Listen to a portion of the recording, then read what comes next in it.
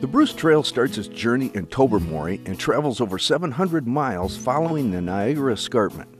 It is here on the Bruce Peninsula that the most spectacular hiking on the Bruce Trail occurs. The Bruce Trail was opened in 1967 and is Canada's longest hiking trail. The 150 kilometers of trails on the Bruce Peninsula are considered the best in southern Ontario and offer hiking for the beginner and the veteran hiker. Bruce Peninsula National Park is actually 3 parks in one. Hikers who like sandy, flat beaches will appreciate Dorcas Bay on the shores of Lake Huron to the west of Highway 6. Those who prefer walks along the limestone cliffs through a mixed forest of aspen, birch, cedar, fir, and spruce will prefer Cypress Lake on the shores of the Georgian Bay to the east of Highway 6. Great view from up here to the park, but we're out doing the trail. Now, where's the trail from here? Okay, you bet. Well, this tower was designed to be just above the canopy here, so it's meant to give you a sort of a bird's eye view of this area.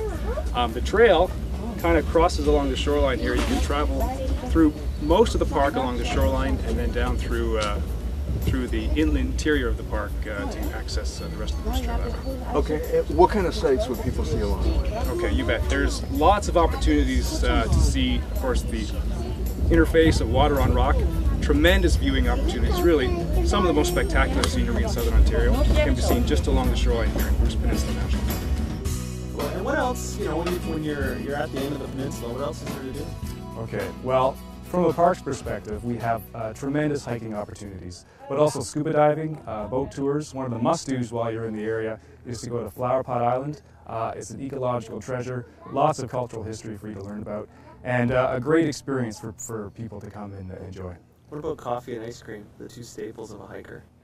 Oh. Is there any of that up here? Yeah, you're hard-pressed not to find some great ice cream and coffee in town. There's lots of shops. And the great thing about the town site is that it's really close to the Parks Canada Visitor Center. So you can get the information, plan your trip, and then head on into town to refuel and get some ice cream. And the biggest boat in the harbor is? The MS Chichimon, the ferry that travels from Tobermory to Manitoulin Island, 4 times a day in the summertime.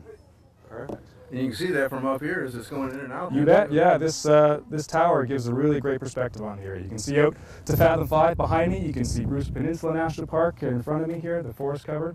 It's a great opportunity to really explore your natural and cultural heritage up here. As we started our hike through the Bruce Peninsula National Park, we crossed over a small stream with some significance to the park. Chris and park naturalist Scott Curry explain. Well, Chris, this is Cypress Lake, really the heart of Bruce Peninsula National Park. This area hosts our campground, as well as tens of thousands of visitors every year who pass through this area to go for a great hike on the Bruce Trail. And this lake down here, it goes into? Cypress Lake drains into Horse Lake, and you can walk across this bridge and really see this great waterfall. Cool. Let's go. You bet. Well, Scott, you got us out here to what you call the Indian Head Cove? That's correct. We're in Bruce Peninsula National Park, and we're at Indian Head Cove. This area is very popular with our visitors. As you can see, the interface of water on rock is just spectacular. You can't beat it. But what's really remarkable is that this isn't the only spot like this. There are lots of others, and you know what? They're all along the Bruce Trail corridor. Wow, it's hard to believe you can have so much of it out here. It's true. It's true. This is just one spot of many. And it looks like quite a few other people have found it today. Quite a few, yeah. This is, like I said, a popular spot with our campers, with our day hikers. You just can't beat a day on the beach at Indian Head Cove. Now, you're going to have to be careful when you come out to a spot like this. So there's a lot of drops, and the trail's a little rugged. That's right. You got to be prepared when you come out here. This isn't a sandy beach. This is a rocky beach, okay? So you need good footwear. You need, of course, sunscreen, because on a day like today, you can get cooked pretty quick. And bug spray is important to have as well. Okay. Now, what's our next step?